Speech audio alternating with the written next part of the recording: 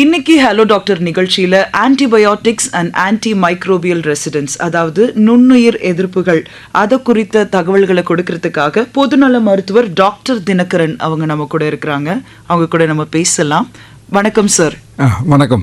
எப்படி இருக்கீங்க சார்? நல்லா இருக்கேன், நல்லா இருக்கேன். சூப்பர். ஓகே சார், இப்போ ஆன்டிபயோட்டிக்ஸ் அதை பற்றி தான் நம்ம பேச போகிறோம்.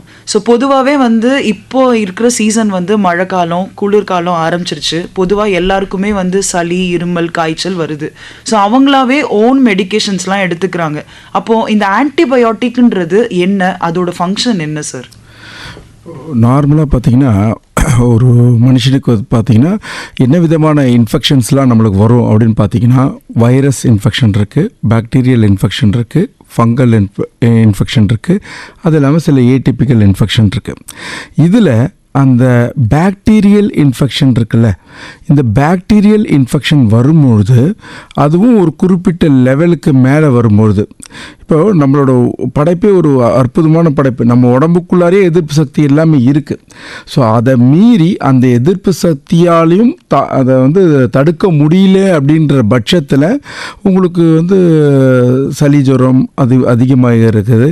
அது பாக்டீரியல் அப்படின்னு நம்ம கண்டுபிடிக்கிறோம். அப்படின்னா அதற்கு வெளியிலிருந்து நம்ம அதோட ஃபைட் பண்ணுறதுக்காண்டி வெளியிலேருந்து எடுத்துகிட்டு வர்றதா ஆன்டிபயோட்டிக் நம்ம சொல்கிறோம்.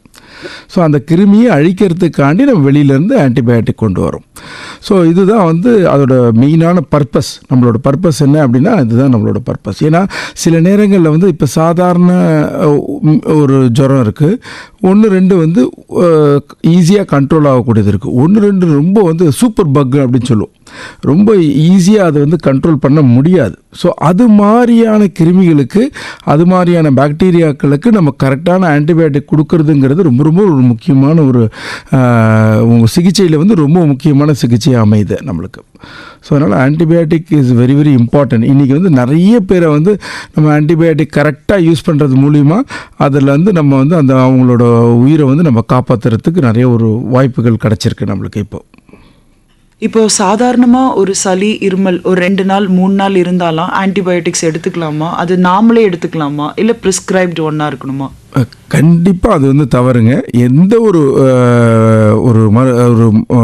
நோயாளியும் மருத்துவர் அணுகாமல் ஒரு மருந்து மாத்திரை எடுத்துக்கிறதுங்கிறது மிக மிக ஒரு தவறான ஒரு விஷயம். சரிங்களா? ஏன் அப்படின்னு கேட்டிங்கன்னா, இப்போ நார்மலாக பார்த்தீங்கன்னா நம்ம வெளிநாடுகள்லையும் நம்ம நாடுகள்லையும் பார்த்தீங்கன்னா, இந்த குழந்தைங்க உடம்பு சரியில்லைனா நம்மளுக்கு கூட உடம்பு சரியில்லைனா தாங்கிக்குவாங்க. அதே குழந்தைங்களுக்கு உடம்பு சரியில்லைனா உடனே போயிடுவாங்க, உடனே ஆன்டிபயோட்டிக் ஸ்டார்ட் பண்ணணும்னு நினைப்பாங்க. சில நேரம் போன வாட்டி கொடுத்த மருந்தே ட்ரை பண்ணுவாங்க. ஸோ இது மாதிரி உங்களோட ரிசர்ச்லாம் பண்ணாதீங்க தயவு செஞ்சு. ஏன் அப்படின்னு கேட்டிங்கன்னா, முக்கால்வாசி குழந்தைகளுக்கு வர்றது வைரல் இன்ஃபெக்ஷன் தான். அப்போது ஒரு வைரல் இன்ஃபெக்ஷனுக்கு நீங்கள் ஆன்டி வைரல் தான் கொடுக்கணுமே தவிர ஆன்டிபயோட்டிக் கொடுக்கறதுல உங்களுக்கு எந்த விதமான பயன் இல்லை. நம்பர் 1. நம்பர் 2, காரணமே இல்லாமல் நீங்கள் ஒரு ஆன்டிபயோட்டிக் கொடுத்துட்ருக்கீங்க. அவங்களுக்கு பார்த்தீங்கன்னா அவங்களுக்கு வைரஸ் இருக்குது, நம்ம உடம்புலேயே எதிர்ப்பு சக்தி இருக்குது, அந்த வைரஸ்லேருந்து நம்ம வெளியில் வர்றதுக்கு செல்ஃப் லிமிட்டிங் தான். Most of the virus self limiting. நம்மளோட ஒரு 3 நாள் 4 நாள்லேயே நம்மளுக்கு அது சரியாகக்கூடிய வாய்ப்புகள் நிறைய இருக்குது. அதை நம்ம ஜோக்காக சொல்லப்போனால், நீங்கள் உங்களுக்கு சளி தலதோஷமாக நீங்கள் மாத்திரை போட்டிங்கன்னா உங்களுக்கு 7 நாளில் சரியாயிடும், மாத்திரை போடலன்னா 1 வீக்கில் சரியாயிடும் அப்படின்வாங்க. ஸோ அது மாதிரி தான் அது. So it's a self limiting. இதுக்கு நடுவில் அது தானாக நடக்கக்கூடிய ஒரு விஷயத்துக்கு நம்ம சைட்லேருந்து நம்ம அடிஷ்னலாக ஏதோ பம்ப் பண்ணிகிட்டு இருக்க மாதிரி இருக்குது இது. ஸோ அதனால் அது மாதிரி சூழ்நிலையில் அவங்களுக்கு கண்டிப்பாக மருந்து மாத்திரைகள், அதாவது ஆன்டிபயோட்டிக் தேவையில்லை. சப்போர்ட்டிவ் மெடிசன், ஜுரம் இருந்தால் பேராசிட்டமால் போடுறதும், ஒரு மூக்கில் தண்ணி கொட்டினா அதுக்கு ஒரு ஆன்டி ஹிஸ்டமின் போடுறதும், இது ஒரு நல்ல ஒரு விஷயங்கள். ஆனால் இதை கூட நான் என்ன சொல்லுவேன்னா, ஒரு மருத்துவர் அணுகி அவர்களோட ஆலோசனை இல்லாமல் தயவு செஞ்சு எடுக்காதீங்க. உலகத்திலேயே பார்த்தீங்கன்னா நம்ம ஊரில் மட்டும்தான் இது மாதிரி ஓவர் த கவுண்டர் மெடிசன் எடுத்துக்கலாம் அழகாக. எல்லா மெடிசனும் ஓவர் த கவுண்டர் கிடச்சிரும் உங்களுக்கு. இப்போ நம்ம உடம்பு சரியில்லைன்னு டாக்டர் கிட்ட போகும்போது ஸோ டே இருந்தே ஆன்டிபயோட்டிக் ஸ்டார்ட் பண்ணிடுவாங்களா இல்லை வெயிட் பண்ணுவாங்களா? ஒரு 2-3 days ஆகட்டும். கண்டிப்பாக வந்து பார்த்திங்கன்னா இப்போ குழந்தைகளை பொறுத்த வரைக்கும் எப்போவுமே வெயிட் பண்ணி 3 நாள் 4 நாள் பார்த்துட்டு, இல்லை டிப்பிக்கலாக இப்போ பார்த்தீங்கன்னா ஒரு அந்த குழந்தைக்கு வந்து யூரின் வந்து ரொம்ப சிவப்பாக போகிறது, அப்போ யூரினரி ட்ராக்ட் இன்ஃபெக்ஷன் தான் நம்ம சஸ்பெக்ட் பண்ணுறோம் அப்படின்ற பட்சத்தில் நம்ம அந்த யூரின் டெஸ்ட் எடுத்து கல்ச்சருக்கு காமிச்சு அது என்னன்னு பார்த்து டக்குன்னு ஆன்டிபயோட்டிக் போடுறது ரொம்ப நல்ல விஷயம். ஆனால் அது ஒரு காமன் ஃப்ளூ மாதிரி இருக்குது, ஒரு சாதாரண தலதோஷம் மாதிரி இருக்குது அப்படின்னா 1 நாள் 2 நாள் கண்டிப்பாக வெயிட் பண்ணும். எந்த ஒரு வைரல் ஃபீவரும், அது இன்றைக்கி இருக்கிற வைரல் ஃபீவர் எல்லாமே பார்த்திங்கன்னா 3லேருந்து 4 நாள் உங்களுக்கு பெர்சிஸ்டிங்காக ஃபீவர் இருக்கும். 4வது நாள் தானாக அப்படியே குறைய ஆரம்பிச்சிடும். ஸோ அந்த ட்ரெண்ட் இதை தான் வந்து இப்போ வந்து ஃபஸ்ட்டு 1 நாள் நீங்கள் தாராளமாக வீட்டிலே வெயிட் பண்ணி பார்க்கலாம், ஒன்றும் அவசரம் ஒன்றுமே கிடையாது. அன்லெஸ் இப்போ நார்மலாக என்னன்னு கேட்டிங்கன்னா, இப்போ ஜுரங்கிறதே வந்து நம்மளோட ஒரு ப்ரொடெக்டிவ் மெக்கானிசம் தான். இப்போ குழந்தைங்களுக்கு ஒரு ஃபீவர் வருதுனாலே அது வந்து நம்ம உடம்புக்குள்ளார ஒரு கிருமிக்கும் நம்மளோட எதிர்ப்பு சக்திக்கும் உள்ள ஒரு சண்டையோட ரிஃப்ளெக்ஷன் தான் நம்மளுக்கு வெளியில் ஜுரமாக இருக்குது. ஸோ அப்போ வந்து அது ஜுரத்தினால எந்த விதமான ப்ராப்ளம் வராது. ஒரே ஒரு இது, குழந்தைங்க தண்ணி குடிக்கணும் நிறைய. ஸோ அப்போ அதை ரீப்ளேஸ் பண்ணணும். ஏன்னா நம்ம இந்த ஃபீவர்னால உடம்புல இருக்க தண்ணி நம்மளுக்கு வந்து குறைஞ்சிடக்கூடாது, அதான் இன்ட்ராசெல்லுலார் ஃப்ளூயிட் நம்மளுக்கு குறைஞ்சிடக்கூடாது. இதுதான் நம்மளுக்கு முக்கியமான விஷயம். அப்போது டீஹைட்ரேஷன் இல்லை அப்படிங்கிற பட்சத்தில் நம்ம வெயிட் பண்ணி பார்க்கலாம். 2 நாள் 3 நாள் ஆச்சு அப்பயும் ஜுரம் குறையில, கண்டிப்பாக நீங்கள் வந்து ஒரு பீடியாட்ரிஷனோ இல்லை பெரியவங்களாக இருந்தால் ஒரு ஜிபியோ இல்லை ஒரு ஃபிசிஷியனோ நம்ம கண்டிப்பாக பார்த்து அவர்களோட ஆலோசனை பிரகாரம் நம்ம எடுத்துக்கிட்டோம்னா எந்த ஒரு பிரச்சனையும் இல்லாமல் இருக்கும், ரொம்ப இது இருக்கும். நம்ம அந்த காலத்தில் நம்ம வீட்டில் நம்ம ஊர்லலாம் பார்த்திங்கன்னா நம்ம ஃபஸ்ட்டு என்ன பண்ணுவாங்கன்னா பாட்டி வைத்தியம் பண்ணுவாங்க. பாட்டி வைத்தியத்தில் சரியாகலை அப்படின்னா நேராக பக்கத்தில் வந்து ஒரு மெடிக்கல் ஷாப் போவாங்க.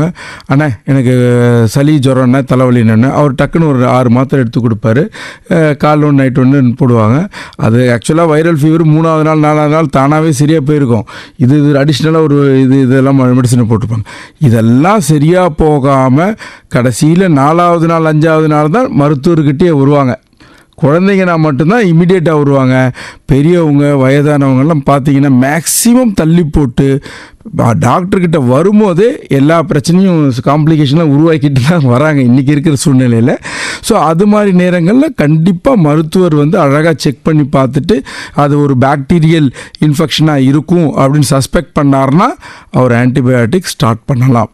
அதுலேயும் வந்து ஸ்பெசிஃபிக்கான ஆன்டிபயோட்டிக் ஸ்டார்ட் பண்ணுறது அப்போது கண்டிப்பாக ஒரு மருத்துவருக்கு அது தெரியும் என்ன மாதிரி ஆன்டிபயோட்டிக் ஸ்டார்ட் பண்ணணுன்ட்டு. இப்போ நம்ம கல்ச்சர் எடுத்து டெஸ்ட் பண்ணி நம்ம கொடுப்போம். அப்போ அந்த கல்ச்சரில் வரக்கூடியது பண்ணுறது ஒரு முக்கியமான ஒரு விஷயம். ஆனால் சில சூழ்நிலைகளில் அது நம்ம எக்ஸாமின் பண்ணும்போது தான் தெரியும். இவங்களுக்கு நம்ம கல்ச்சர் ரிப்போர்ட் வர வரைக்கும் நம்மளுக்கு அந்த நேரம் வந்து நம்மளுக்கு போருமானதா இல்லை அப்படின்ற பட்சத்தில் நம்ம என்ன பண்ணுவோம்னா கல்ச்சருக்கு சாம்பிள் எடுத்துடுவோம். யூரின் சாம்பிளோ இல்லை பிளட் கல்ச்சரோ எடுத்துருவோம். ஏன்னா பிளட் கல்ச்சர் வந்து உங்களுக்கு 5 நாளுக்கு அப்புறம் தான் வரும். யூரின் கல்ச்சராவது வந்து 48 மணி நேரத்துலேருந்து 70 மணி நேரத்தில் உங்களுக்கு கிடச்சிரும்.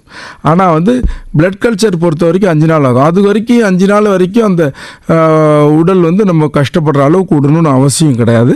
நம்ம கல்ச்சருக்கு எடுத்துட்டு ஒரு ப்ராட் ஸ்பெக்ட்ரமாக போடுவாங்க. ஆன்டிபயோட்டிக் போட்டு அந்த 3-4 நாள் எப்படி இருக்குன்னு பார்த்துட்டு அதுக்குள்ளே கல்ச்சர் ரிப்போர்ட் வந்தோடனே அதுக்கேற்ற மாதிரி அதுவே சூட்டபுளாக இருந்தால் அதையே கண்டினியூ பண்ணுவோம். இல்லை அப்படின்னா நாங்கள் அதுக்கேற்ற மாதிரி மாத்திரைகள் நாங்கள் மாற்றிப்போம். சரிங்களா? ஆன்டிபயோட்டிக் அப்படின்றது ஒன்று எப்போ கண்டுபிடிச்சாங்க? இப்போது 1928 செயின்ட் மேரிஸ் ஹாஸ்பிட்டல் லண்டனில் வந்து அலெக்சாண்டர் ஃப்ளெமிங் அப்படின்னு இருந்தார். ஸோ அவர் தான் ஃபஸ்ட்டு ஆன்டிபயோட்டிக் நம்மளுக்கு கண்டுபிடிச்சிருக்காங்க. சரிங்களா? அது 1910 ஆரம்பித்தது. ஒரு சக்ஸஸ்ஃபுல்லாக கண்டுபிடிச்சது வந்து பார்த்திங்கன்னா 1928. ஸோ அவர் தான் கண்டுபிடிச்சார். ஆனால் அது வந்து நடைமுறைக்கு வந்தது பார்த்திங்கன்னா 1950க்கு மேலே தான் நல்லா இந்த செகண்ட் வேர்ல்டு வாருக்கு அப்புறம் தான் அது வந்து நிறைய ப்ராப்ளமாக அது வந்து நம்ம யூஸ் பண்ண ஆரம்பித்தாங்க எல்லோரும். ஓகே, இப்போ அது வந்து 1950 தான் யூஸ் பண்ணுறாங்க. நல்லா யூஸ் பண்ண ஆரம்பித்தாங்க. அப்போ அதுக்கு முன்னாடி அந்த ஆன்டிபயோட்டிக் இல்லாதப்போ எப்படி இருந்தது? இப்போது அந்த காலத்தில் வந்து எப்படின்னு கேட்டிங்கன்னா நம்மளோட இதெல்லாம் வந்து பார்த்திங்கன்னா நிறைய பேர் அந்த காலத்தில் நம்ம இதில் சொல்லுவோம், உங்களுக்கு வந்து இப்போ ஜாண்டிஸ் வந்துச்சுன்னா அந்த சூடு வைக்கிறது இதெல்லாம் கேள்விப்பட்டிருக்கீங்களா? ஸோ இது மாதிரி சில விஷயங்கள்லாம் பண்ணிகிட்டு இருந்தாங்க நம்ம இதில். அதே மாதிரி வந்து இப்போது மெயினான ட்ரீட்மெண்ட் என்னென்னா பிளட் லெட்டிங் தான். ஒரு ஜுரம் ஒரு இது மாதிரி இருக்கும்பொழுது பிளட் லெட்டிங், அதாவது ரத்தத்தை கொஞ்சம் எடுத்துருவாங்க ஒரு குறிப்பிட்ட அமௌண்ட். ஹை பிளட் ப்ரெஷருக்கும் அதே மாதிரி தான் இருந்தாங்க. அதே மாதிரி ஃபீவருக்கு பொறுத்த வரைக்கும் ஒன் ஆஃப் த அந்த காலத்தில் யூஸ் பண்ண one of the main technology என்னன்னு கேட்டிங்கன்னா பிளட் லெட்டிங். அதுக்கப்புறம் வந்து நம்மளோட மஞ்சத்தூள் யூஸ் பண்ணுறது. நம்ம ஊரில் பார்த்திங்கன்னா இந்த மஞ்சள், இது வெஸ்டர்ன் பாப்புலேஷனில் இந்த பிளட் லைட்டிங் தான் ஒன் ஆஃப் த ஃபேமஸ்ஸு. நம்ம ஊரில் வந்து இந்த மஞ்சள், நம்மளோட நாட்டு மருந்துகளில் ஏதாவது நம்மளோட உணவு வகைகளே நிறைய விதமான இதை வந்து நம்ம கஷாயம் பண்ணி கொடுக்கறது, இது மாதிரி இதில் நம்மளுக்கு நிறைய வந்து ஹெல்ப்ஃபுல்லாக இருந்திருக்கு அந்த காலத்தில். பட் இப்போ ஆன்டிபயோட்டிக் கண்டுபிடிச்சதுக்கப்புறம் இது மாதிரி சில நேரங்களில் அந்த தீர்க்க முடியாத ஒரு இன்ஃபெக்ஷன்ஸ்லாம் வரும்பொழுது இந்த ஆன்டிபயோட்டிக் வந்து ரொம்ப ஹெல்ப்ஃபுல்லாக இருந்துச்சு அந்த டைம். இப்போ நம்ம கூட ஒரு காலர் வெயிட் பண்ணுறாங்க, அவங்களோட கொஸ்டின் கேட்கலாம். வணக்கம் சார். வணக்கம், சொல்லுங்கள் சார். வணக்கம் டாக்டர். வணக்கம் சார், வணக்கம், சொல்லுங்கள் சார். இப்போ ஆன்டிபயோட்டிக் பற்றி பேசிட்டு இருக்கீங்க. ஆமாம் சார், சொல்லுங்கள். இப்போ ராங்காவோ எக்ஸஸாவோ அது குழந்தையோ மிடில் ஏஜோ வயசானவங்களோ எடுத்துட்டா வாட் இஸ் இம்ப்ளிகேஷன், அதனோட கான்சிக்வன்சஸ்? இப்போது ஃபர்ஸ்ட் ஆஃப் ஆல் வந்து நம்ம முதல் விஷயம் என்னன்னு கேட்டிங்கன்னா, அனாவசியமாக நம்ம எடுக்கக்கூடாது ஆன்டிபயோட்டிக். நம்ம ரொம்ப ரொம்ப முக்கியமான விஷயம். ஏன் அப்படின்னு கேட்டிங்கன்னா, எந்த ஒரு மருந்து நீங்கள் உட்கொண்டாலும் அது எப்படி வெளியில் போகும்? அது வந்து ஒரு 12 மணி நேரம் வேலை செய்யுது, ஒரு மாத்திரை 24 மணி நேரம் வேலை செய்யுது, ஒரு மாத்திரை 6 மணி நேரம் வேலை செய்யுது. முடிஞ்ச அப்புறம் எப்படி வெளியில் போகும் அப்படின்னு பார்த்தீங்கன்னா, ஒன்று லிவர் வழியாக வெளில போகணும், இல்லை கிட்னி வழியாக வெளில போகணும். ஸோ அப்போ you are giving burden to அந்த ரெஸ்பெக்டிவ் ஆர்கன். எந்த உறுப்பு வழியாக அது வெளியில் போதோ அந்த உறுப்புக்கு அனாவசியமாக நீங்கள் அதுக்கு ப்ரெஷர் கொடுக்குறீங்க, நம்பர் 1. சரிங்களா? இரண்டாவது ரொம்ப முக்கியமானது என்னன்னு கேட்டிங்கன்னா, இப்போது அதிகமாக எடுத்துக்கிறது, நீங்கள் சொன்னீங்களா ரொம்ப நேரம் அதிகமாக எடுத்துக்கிறது, அது டாக்டர் அட்வைஸ் தான், நாட் ஆன் ஓன். இல்லை அது கரெக்ட். அது டாக்டரோட அட்வைஸ்னால தான் சில நேரங்களில் வந்து இப்போ ஒரு வேளை, ஆனால் டாக்டர்ஸு நம்ம கரெக்டாக கொடுக்கும்போது அந்த டோசஸ் வந்து கரெக்டாக தான் கொடுப்பாங்க. 5 நாளுங்கிறது 5 நாள் கொடுப்பாங்க, 7 நாளுங்கிறது 7 நாள் கொடுப்பாங்க. ஒரு க்ரானிக் இன்ஃபெக்ஷன் இருக்குது, ஒரு ரிக்கரண்ட் டைஃபாய்டு இருக்குது, இது மாதிரி ஏதோ ஒரு காரண காலத்தில் 2 வாரம் வரைக்கும் கூட ஆன்டிபயோட்டிக் எடுத்துப்பாங்க. எலும்பில் இன்ஃபெக்ஷன் இருக்குது அப்படின்னா மாத கணக்கில் நம்ம வந்து ஆஸ்டியோமைலிட்டிஸ் அப்படின்னு சொல்லக்கூடிய கண்டிஷனில் மாத கணக்கில் நம்ம ஆன்டிபயோட்டிக் எடுக்க வேண்டிய ஒரு சூழ்நிலையில் தள்ளப்படுறோம். சரிங்களா?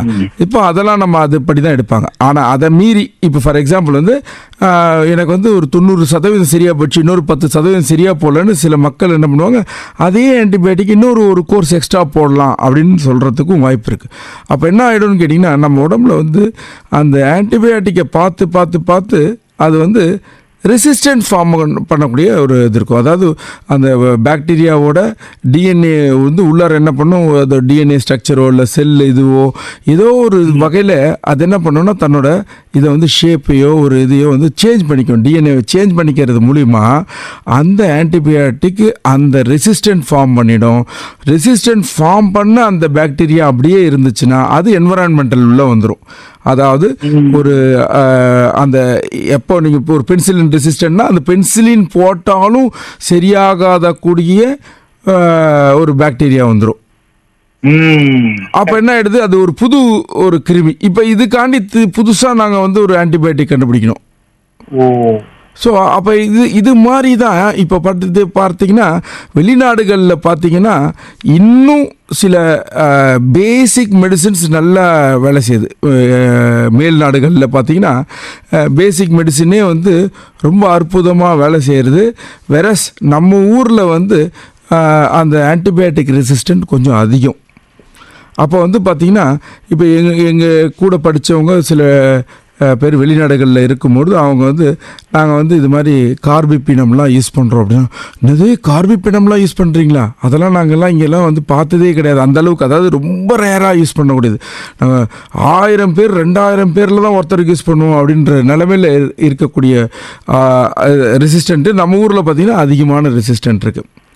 ஸோ இது மாதிரி தான் நம்மளுக்கு வந்து இது மாதிரி ரெசிஸ்டண்ட் அடிக்கடி நம்ம வந்து தவறாக யூஸ் பண்ணுறதுனாலையும் இது தவறு மட்டுமே நம்ம சொல்ல முடியாது.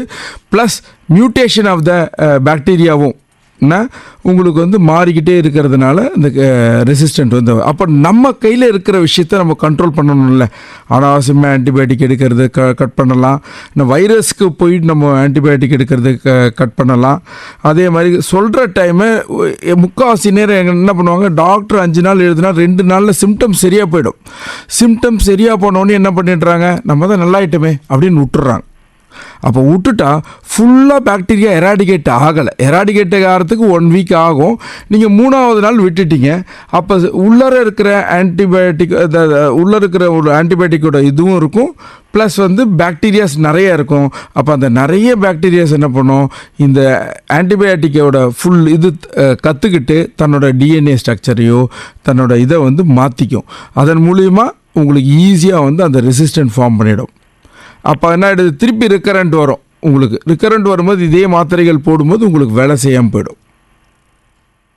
ஓகே, நன்றி சார், நன்றி சார். இப்போ நீங்கள் சொல்லிட்டு இருந்தீங்க ஆன்டிபயோட்டிக் ரெசிஸ்டன்ட் அப்படின்னு சொல்லி. ஸோ அது என்ன நீங்கள் சொல்ல வரீங்க, அதுக்கு என்ன அர்த்தம்? அதாவது இப்போ நம்ம என்ன பண்ணுறதுன்னா, இப்போ நம்ம ஒரு ஸ்பெசிஃபிக் கிருமிக்கு நம்ம ஸ்பெசிஃபிக்காக ஆன்டிபயோட்டிக் வந்து கண்டுபிடிச்சி ஆன்டிபாக்டீரியா, அதாவது ஒரு ஆன்டிஜென் இருக்குது, அதுக்கு ஆன்டிபயோட்டிக் நம்ம கண்டுபிடிச்சி அதை கொடுக்குறோம். அதை கொல்றதுக்கு 2 டைப் ஆஃப் ஆன்டிபயோட்டிக் இருக்குது. ஒன்று வந்து பாக்டீரியோ சிடல், இன்னொரு பாக்டீரியோ ஸ்டாட்டிக். அதாவது ஒரு ஆன்டிபயோட்டிக் என்ன பண்ணும், அந்த பாக்டீரியாவை அழிச்சிடும். இன்னொரு இது வந்து அதோட வளர்ச்சியை குறைச்சிடும். அதுக்குள்ளே நம்மளோட எதிர்ப்பு சக்தி என்ன பண்ணும், அதை அழகாக காலி பண்ணிடும். ஸோ இது 2 டைப் ஆஃப் ஆன்டிபயோட்டிக் இருக்குது. இப்போ இது என்ன ஆகுது அப்படின்னு பார்த்தீங்கன்னா, நம்ம வந்து தவறான, அதாவது ஒரு அந்த கிருமிக்கு இல்லாத ஒரு அழிக்கக்கூடிய இல்லாத ஒரு ஆன்டிபயோட்டிக்கை போடுறீங்களோ, இல்லை அதுக்கு போதுமான டோஸ். இப்போ எல்லாருமே என்ன பண்ணுறாங்க, ஐயோ 500 அரை மாத்திரை போட்டால் போதும், ஆள் ஒல்லியாக இருக்காங்க. அப்படி கிடையாது. அது வெயிட்டை பேஸ் பண்ணி வயசு வெயிட்டு இதெல்லாம் பேஸ் பண்ணி தான் டாக்டர்ஸ் வந்து உங்களுக்கு ப்ரிஸ்கிரைப் பண்ணுறாங்க. ஆனால் நீங்களாம் என்ன பண்ணுறீங்க, இது கொஞ்சம் மாத்திரை கொஞ்சம் பெருசாக இருக்குது, இல்லை இது கொஞ்சம் பவராக இருக்குது அப்படின்னு நினச்சிட்டு நீங்களாம் அரை மாத்திரையாக போடும்பொழுது அது இன்சஃபிஷியன்ட். இப்போது ஒரு 100 திருடனை பிடிக்க ஒரு 20 போலீஸை நீங்கள் அனுப்புனீங்கன்னா 10 பேர் நிறுத்திட்டிங்கன்னா அந்த 100 பேர் என்ன பண்ணுவாங்க, அழகாக இவங்க சமாளிச்சிருவாங்க. ப்ளஸ் இவங்களுக்கும் பிரச்சனை வந்துடும். அது போல் தான் இங்கேயும். இப்போ நம்மளுக்கு என்ன ஆகுது, அந்த ஆன்டிபயோட்டிக் எல்லாமே அது கற்றுக்குது. அந்த பாக்டீரியா கற்றுக்கிட்டு தன்னோட ஸ்ட்ரக்சரை மாற்றிக்கிறது, தன்னோட என்சைம்ஸ் எல்லாத்தையும் கொஞ்சம் இது பண்ணிக்குது. டிஎன்ஏவே உங்களுக்கு வேறு மாதிரி ஆகிடுறது. அப்போது இதோட அழிக்கக்கூடிய தன்மை வந்து இந்த மருந்துக்கு இழந்துருது.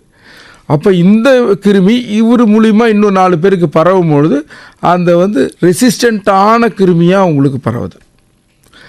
நார்மலாகவே கிருமிகள் வந்து கொஞ்சம் புத்திசாலிகள், புரியுதுங்களா? அப்போ அவங்க வந்து தான் உயிர் வாழ்கிறதுக்காண்டி அவங்க என்னென்னலாம் பண்ண முடியுமோ அவங்க அதை பண்ண தான் செய்வாங்க கிருமிகள். ஸோ அப்படி இருக்கும் பொழுது நம்ம கரெக்டாக டார்கெட் பண்ணி கரெக்டாக இது பண்ணால் தான் உங்களுக்கு வந்து அதை அழிக்க முடியும். இல்லைனா இது மாதிரி வந்து புதுசான ஒரு, இப்போ நம்ம இந்த கோவிடில் நிறைய கற்றுன்றோம் பார்த்தீங்களா, ஒரு நம்ம என்னென்னா போட்டாலும் அது அப்படியே திரும்பி ஒரு டைப்பாக மாற்றிக்கிட்டே வந்துச்சு அதோட டைப்பை. ஸோ அப்போ பார்த்தீங்கன்னா கிட்டத்தட்ட வந்து வேரியண்ட் பார்த்தீங்கன்னா டிஃப்ரெண்ட்டு, கிட்டத்தட்ட ஒரு 20லேருந்து 40 வேரியண்ட் கிட்டத்தட்ட அந்த டைமில் வந்து அந்த 2 வருஷத்தில் நம்ம பார்த்தோம். எப்படி அந்த ஒரு வைரஸ் வந்து தன்னை மாற்றிக்குதோ அதே மாதிரி தான் ஒரு பாக்டீரியாவும் தன்னோட மியூட்டேஷனை வந்து பண்ணிக்கிட்டே இருக்கும். வேறு மாதிரி ட்ரை பண்ணிக்கிட்டே இருக்கும். அப்படி இருக்கும்போது நம்ம கரெக்டாக யூஸ் பண்ணுறது மூலியமாகவும், ப்ளஸ் தேவையானதுக்கு மட்டும் யூஸ் பண்ணுறது மாதிரியும், டோஸ் கரெக்டாக யூஸ் பண்ணுறதும், கோர்ஸ் கரெக்டாக யூஸ் பண்ணுறது மூலியமாகவும் நம்ம இது மாதிரி அனாவசியமான ரெசிஸ்டண்ட்டை நம்ம தவிர்க்கலாம். இப்போ சில ஆன்டிபயோட்டிக்லாம் கொடுக்கும்போது இது 5 நாள் அப்படின்னு கொடுப்பாங்க. இப்போ நீங்கள் சொன்னீங்க 5 நாள் உங்களுக்கு உடம்பு நடுவில் சரியானாலும் அந்த 5 நாள் முடிச்சே ஆகணும். இப் சப்போஸ் இந்த சிலர் இருப்பாங்க, இன்னும் கொஞ்சம் இருக்கு, ஒரு வேளை எக்ஸ்ட்ரா போகட்டும், ஒரு 2 வேளை எக்ஸ்ட்ரா போகட்டும், இப்போ குறைஞ்சா இது ஒரு பிரச்சனை வரும்னு சொன்னீங்க. இதே ஆன்டிபயோட்டிக் அதிகமானா என்ன ஆகும்? அதான் ஏற்கனவே சொன்ன மாதிரி இப்போ அதிகமானாலும் உங்களுக்கு வந்து இப்போ நோயே எராடிகேட் ஆகிடுச்சு, எடுத்துக்காட்டுக்கு சொல்கிறோம், நம்ம அந்த பாக்டீரியாஸ் எல்லாமே போயிடுது. அந்த பாக்டீரியா இல்லாமல் நீங்கள் வெறும் ஆன்டிபயோட்டிக்ஸ் மட்டும் எடுத்துகிட்ருக்கீங்க. அப்போ நம்ம உடம்புக்குள்ளார இருக்கிற சில என்சைம்ஸு, கட் என்சைம்ஸ் இருக்கும், கட் ஹார்மோன்ஸ் இருக்கும், இதெல்லாம் வந்து இதை பார்த்துட்டே இருக்கும். ஒன்று இது எக்ஸ்க்ரீட் ஆகிறது நம்மளோட உடல் உறுப்புகளுக்கு லிவரோ இல்லை கிட்னியோ எக்ஸ்ட்ராவாக வேலை செய்கிற மாதிரி இருக்குது. ப்ளஸ் நம்ம உடம்புல வந்து தேவையில்லாத நம்ம வந்து மியூட்டேஷன்ஸ் வந்து க்ரியேட் பண்ணுறோம். அதனால தான் நல்ல கிருமிகள் நிறைய வாட்டி இன்னொன்று பார்த்திங்கன்னா, இப்போ நம்ம ஆன்டிபயோட்டிக் எடுக்கும்போது அது வந்து நம்ம உடம்புல வந்து பார்த்திங்கன்னா நல்ல கிருமியும் இருக்கும், கெட்ட கிருமிகளும் இருக்குது. இப்போ கெட்ட கிருமியை அழிக்கிறதுக்காண்டி தான் நம்ம ஆன்டிபயோட்டிக் எடுக்கிறோம். ஆனால் நம்மளோட நல்ல கிருமிகளும் சேர்ந்து அதில் வந்து வெளில போய்டும். அதனால தான் இந்த லாக்டோஸ், அந்த பீட்டா லாக்டோஸ் அப்படின்னு சொல்லக்கூடிய ஆன்டிபயோட்டிக்லாம் எடுக்கும்பொழுது நம்மளுக்கு என்ன ஆகும், ஆன்டிபயோட்டிக் எடுத்த உடனே லூஸ் மோஷன் போகும். ஏன்னா நம்ம வயிற்றில் இருக்க நல்ல கிருமியும் சேர்ந்து போய்டுறது. அதனால் ஸோ இது மாதிரி அனாவசியமாக நீங்கள் எக்ஸ்ட்ரா எடுக்கிறதுனால நீங்கள் நம்ம உடம்புல இருக்க கட் ஹார்மோன்ஸும் நம்ம லூஸ் பண்ணுறோம். நன்றி சார். சார், இப்போ வந்து ஆன்டிபயோட்டிக்ஸ் நம்ம யூஸ் பண்ணுறோம். இப்போ வந்து சில சிம்டம்ஸ்க்கு சொல்கிறாங்க 3 நாள் நீங்கள் யூஸ் பண்ணால் போதும், இது 1 வாரத்துக்கு நீங்கள் யூஸ் பண்ணுங்கள், 5 நாளுக்கு யூஸ் பண்ணுங்கள் அப்படின்னு சொல்கிறாங்க. ஸோ ஆன்டிபயோட்டிக்கில் டைப்ஸ் இருக்கா? இந்த ஆன்டிபயோட்டிக் இதுக்கு தான், இந்த ஆன்டிபயோட்டிக் இதுக்கு தான், இத்தனை நாள் யூஸ் பண்ணணும் அப்படின்னு? கண்டிப்பாக இருக்குங்க. இப்போது குறைஞ்சது இப்போ பார்த்தீங்கன்னா ஒரு பென்சிலினில் ஆரம்பித்த ஆன்டிபயோட்டிக் வந்து இன்றைக்கி வந்து 20க்கும் மேலே வந்து டைப்ஸ் ஆஃப் ஆன்டிபயோட்டிக் இருக்குது. ஸோ அதில் வந்து பென்சிலின், செஃபலோஸ்போரின், மேக்ரோலீட்ஸு, அதுக்கப்புறம் டெட்ராசைக்ளின், அமினோகுளுக்கோசைட் அப்படி சொல்லிகிட்டே போகலாம். நான் இன்றைக்கி வந்துருக்க கார்பிபேனம் வரைக்கும் லேட்டஸ்ட்டில் வந்து நம்ம சொல்லிகிட்டே போகிறோம். கினோலோன்ஸ் இருக்குது. ஸோ இது மாதிரி இருக்குது. அப்போது ஒரு ஆன்டிபயோட்டிக்கும் எவ்வளோ நாள் எடுத்துக்கணும், அதோட ஆஃப் லைஃப் என்ன, ஒரு நாளைக்கு எத்தனை வேலை எடுத்துக்கணும், அதே மாதிரி எத்தனை நாள் எடுத்துக்கணும், அது மட்டும் இல்லாமல் எந்த நோய்க்கு எத்தனை நாள் எடுத்துக்கணும் அப்படிங்கிறதுக்கும் இருக்குது உங்களுக்கு. ஸோ அதன்படி தான் மருத்துவர் வந்து உங்களுக்கு கொடுப்பாங்க. ஸோ அதனால தான் நம்மளுக்கு வந்து அந்த எல்லாருமே 5 நாள் மட்டும் கொடுக்குறதில்ல. ஒருத்தர் 3 நாள் கொடுக்குறாங்க, ஒருத்தர் 5 நாள் கொடுக்குறாங்க, ஒருத்தர் 7 நாள் கொடுக்குறாங்க. இது மாதிரி வித்தியாசங்கள் வரதுக்கு காரணம் வந்து அந்த நோயோட தன்மை உங்களுக்கு எப்படி இருக்குது, ப்ளஸ் வந்து உங்களுக்கு வேறு ஏதாவது காம்ப்ளிகேஷன் இருக்கா அப்படிங்கிறத பொறுத்து சொல்லுவாங்க. இப்போ எடுத்துக்காட்டுக்கு இப்போ வந்து லிவர் பிரச்சனை இருந்தால் 1 டோஸு, கிட்னி பிரச்சனை இருந்தால் 1 டோஸ். எல்லாருக்குமே ஒரே டோஸ் கொடுக்க முடியாது. பெரியவங்களுக்கு 1 டோஸ் இருக்கும், குழந்தைங்களுக்கு 1 டோஸ் இருக்கும். ஸோ அது மாதிரி அந்த டோஸும் வந்து ரொம்ப ரொம்ப முக்கியம். சரிங்களா? அதனால தான் வித்தியாசமாக நம்மளுக்கு டோஸும் படும், எத்தனை வேலை எடுக்கிறதுங்கிறதும், எத்தனை நாள் எடுக்கிறதுங்கிறதும் நம்மளுக்கு வித்தியாசப்படுது. ஹலோ, வணக்கம் சார். வணக்கம் சார். பேசலாம் சார், பேரம்பாக்கம் பாலாஜி ரெக்ஸ்லேருந்து கேஜி மோகன் விஷ்ணு பேசுகிறேன் சார். வணக்கம். எங்க டாக்டர் ஐயா சொன்ன இந்த கருத்தெல்லாம் ரொம்ப அருமையா இருக்கு. ரொம்ப நன்றி ஐயா. இதை வந்து கார்ல போறவங்க, வீட்டுல இருக்கவங்க, இல்லத்தரசிங்க, நம்ம இது கடைகள்ல இது பொழுதுபோக்கு போறவங்க எல்லாம் வந்து தயவு செஞ்சு கேளுங்க. நன்றி ஐயா. முன்னெல்லாம் வந்து மளிகடையில கூட சார் ஆக்ஷன், அனாசின்னு, நோவால்ஜின்னு, குளோசின்னு எல்லாம் பாட்டில போட்டு விற்பாங்க சார். ஆமாங்க. அதாவது நம்ம ஊரில் மட்டும்தான் இது மாதிரி கிடைக்கும். வேற எந்த நாடுகள்லையும் உங்களுக்கு இது மாதிரி கிடைக்கிறதுக்கு வாய்ப்பே கிடையாது. நம்ம ஊரில் மட்டும்தான் கவுண்டரில் வந்து ப்ரிஸ்கிரிப்ஷனே இல்லைன்னா கூட எல்லா மருந்தும் கொடுப்பாங்க. அதாவது ஒரு அவசர சிகிச்சைக்கு ஒரு பேராசிட்டமால் போடுறது எந்த விதமான தவறும் இல்லை. நம்ம அதுக்காண்டி வெயிட் பண்ணணும்னு அவசியம் கிடையாது. ஆனால் நம்ம ஒரு மருந்து, அதாவது ஒரு ஆன்டிபயோட்டிக் எடுக்கிறோம், ஒரு நோய்க்கு சிகிச்சை எடுக்கிறோம் அப்படின்னா கண்டிப்பாக நம்ம வந்து ஒரு மருத்துவர் அணுகி எடுக்கிறது ரொம்ப ரொம்ப நல்ல ஒரு விஷயம். ஐயா, இப்போ நீங்க சொன்ன கருத்து ரொம்ப நல்லா இருக்கு. இதை வந்து எல்லாமே ஃபாலோ பண்ணா அது கிட்னி, கல்லீரல் எல்லாம் வந்து பாதிக்காது. கண்டிப்பா.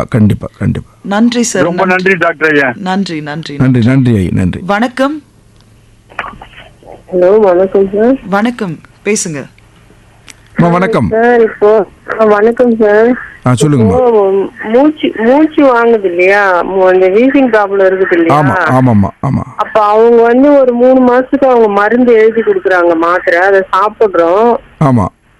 அப்போ ஓரளவுக்கு சரியாயிடுது, நார்மலா வந்துருவாங்க. அதுக்கப்புறம் அது நடுவுல திருப்பி மூச்சு வாங்கும் போது இப்ப நம்மளே போய் அது மாத்திரை மெடிக்கல் ஷாப்ல வாங்கி சாப்பிடலாமா? இல்லைம்மா, கண்டிப்பா அது மாதிரி பண்ணக்கூடாது. ஏன் அப்படின்னு கேட்டீங்கன்னா, மூச்சு வாங்குறதுல நிறைய டைப் இருக்குமா. ஒன்று வந்து பிரான்கில் ஆஸ்துமான்னு சொல்லுவாங்க, இது வந்து என்ன ஆகும்னா அந்த நுரையீரல் வந்து சுருங்கி இருக்கிறதுனால வரக்கூடியது. ஒன்று வந்து அலர்ஜிக் ஆஸ்துமான்னு சொல்லுவாங்க. இன்னொன்று வந்து இருதய கோளாறுகள்னால மூச்சு வாங்குறது இருக்கும், அது கார்டியாக் ஆஸ்துமான்னு சொல்லுவாங்க. ஸோ ஒரு மூச்சு வாங்குறதுக்கு மட்டுமே ஒரு 10 காரணங்கள் இருக்குங்க. அதில் எந்த காரணம்னு தெரிஞ்சு அந்த டாக்டர் அதுக்கேற்ற மாதிரி மாத்திரை கொடுக்குறாங்க. சரிங்களா?